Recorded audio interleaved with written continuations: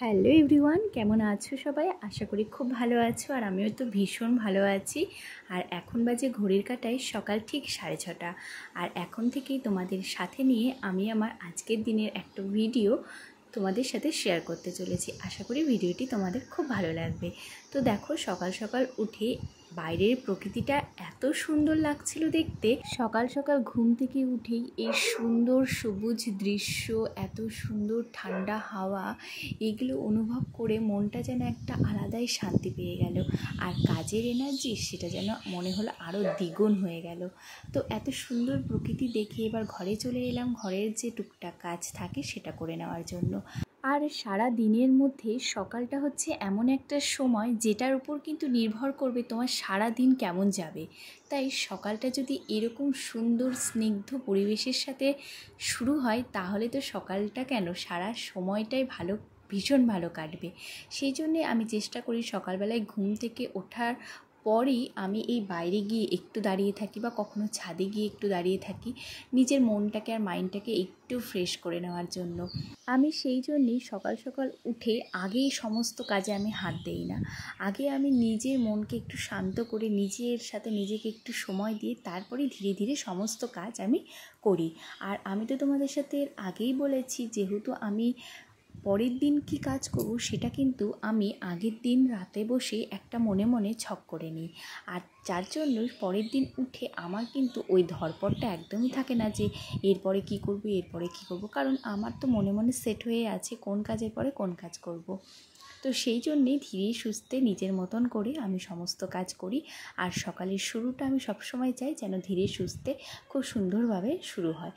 তো আমার ঘরের কাজ মোটামুটি কমপ্লিট। এবার শুধু ঘরটাকে ঝেড়ে নিয়ে মোছামুছি করা বাকি। আর আজকে একটু কাজগুলো আমি তাড়াতাড়ি করে নিচ্ছি, কারণ আবার ব্যাগ গোছানো আছে।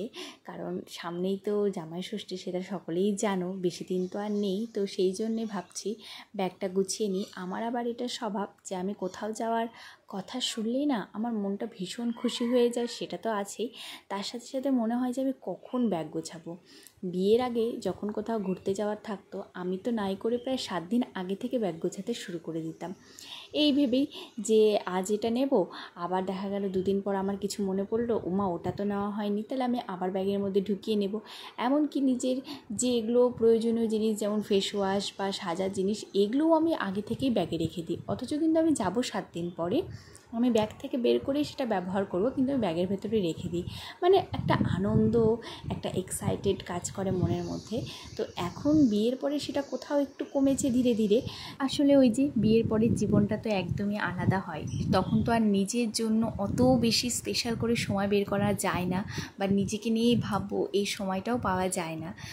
তবুও সকল কাজের মাঝেও নিজের জন্য তো সময় বের করতেই হবে, কারণ দিন শেষে নিজেকে ভালো না রাখলে তুমি কাউকেই ভালো রাখতে পারবে না, এটা তো ঠিক। আর নিজেকে ভালো রাখার দায়িত্ব কিন্তু শুধুমাত্র নিজেরই। তুমি যদি ভাবো যে সে তোমাকে ভালো রাখবে, ও তোমাকে ভালো রাখবে, এটা কিন্তু তোমার ভুল বিশ্বাস, ভুল ভাবনা। নিজেকে তুমি যদি না ভালো রাখতে পারো, নিজের প্রতি নিজের যদি যত্ন না থাকে, তোমার কি মনে হয় অন্য কেউ এসে তোমার যত্ন করবে? সেটা কিন্তু কখনোই না।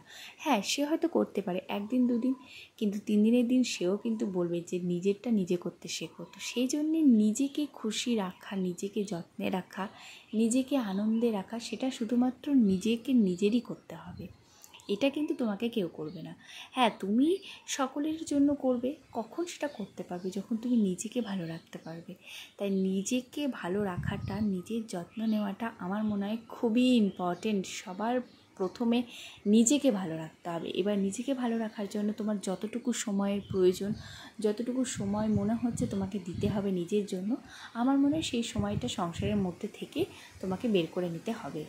আমার মাঝে মাঝে মনে হয় যে দেখো, প্রত্যেক দিন আমরা সকালবেলা ঘুম থেকে উঠে প্রতিটি সংসারে কিন্তু আমাদের প্রত্যেকের, মানে যারা আমরা হাউসওয়াইফ তাদের প্রত্যেকের কিন্তু একই কাজ থাকে, সেটা হচ্ছে ঘুম থেকে উঠে নিজের যে সমস্ত কাজকর্ম থাকে সেগুলো করে নিয়ে রান্নাবাড়ি করা, দেওয়া থোয়া, খাওয়া দাওয়া, কাপড় কাচা, বাসন মাজা। প্রতিদিন দেখো, তুমি নিজে ভাবনা চিন্তা করে দেখলেই বুঝতে পারবে যে প্রত্যেক দিন একই কাজ, প্রতিদিন একই কাজ। তাহলে সেক্ষেত্রে কিন্তু একটা মনের মধ্যে বিরক্তি বা মানে কি বলবো, কোন ইচ্ছে না হওয়া সেটা কিন্তু স্বাভাবিক। এবার সেই জন্য প্রত্যেক দিন যে তোমার ভালো যাবে সেটা আমি কখনোই বলবো না। কিছু কিছু দিন শরীরের উপরও নির্ভর করে, শরীর না ভালো থাকলে কিন্তু মনও ভালো থাকে না, কারণ শরীর আর মন একদম ওতপ্রোতভাবে জড়িত। দেখবে মন না ভালো রাখলে শরীরটাও কেমন মনে হবে, ভালো লাগছে না ভালো লাগছে না। আবার দেখবি শরীর না ভালো লাগলে কিন্তু মনও ভালো লাগবে না। তো তবুও তার মাঝেও কিন্তু আমাদের এই সংসার করতেই হয়। এটাই হচ্ছে ধর্ম, এটাই মেয়েদের মানে কি বলবো নিয়তি। তো দেখো আমায় স্নান টান করে এসে কোনো রকমের রান্নাবাড়ি করে কিন্তু আমি এবার চলে এসেছি ব্যাগ গোছাতে। আর ব্যাগ গোছাবো এটা তো ভাবলেই আমার সেই আনন্দ হচ্ছে, আর যখন আমি যাব তখন তো না জানি আমার কত আনন্দ হবে। তো ব্যাগ তো এখান থেকে বের করে নিয়েছি, এবার আলমারি থেকে এক এক করে কী কী পরবো সেগুলো আমি বের করে নেব। তো আমি এবার ষষ্ঠীতে যে শাড়িটা পরবো এই শাড়িটা আমার কাছে ভীষণ ভীষণ ভীষণ স্পেশাল, কারণ এই শাড়িটা হচ্ছে আমার সিঁদুরদানের শাড়ি। তো বিয়ের 1 বছর তো এটা পরতে হয় না, সেই জন্য আমি পরিনি, তবে এর ব্লাউজ বানানো সমস্ত কিছু রয়েছে। তাই ভাবলাম যে 1 বছর তো হয়ে গেছে বিয়ের, তাহলে এইবার ষষ্ঠীতে আমি এই শাড়িটাই পরবো।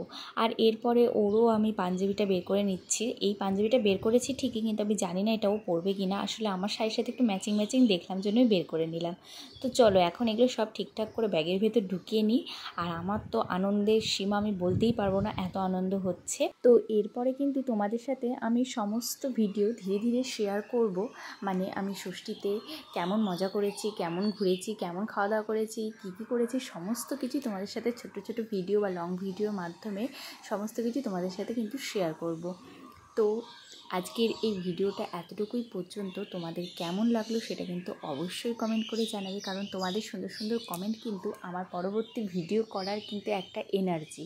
সেই জন্যে অবশ্যই কিন্তু কমেন্ট করতে একদম ভুলবে না। আর যদি ভিডিওটা ভালো লাগে তাহলে তো অবশ্যই লাইক করবে। তো আজ এতটুকুই, আবার তোমাদের সাথে দেখা হবে অন্য কোনো নতুন ভিডিওতে। ততক্ষণ পর্যন্ত সকলেই ভালো থাকবে, সুস্থ থাকবে, আর অবশ্যই আমার সাথে থেকো, পাশে থেকো। তো আজ এতটুকু, আজ আসি, তোমাদের সাথে দেখা হবে অন্য কোনো নেক্সট ভিডিওতে। So by.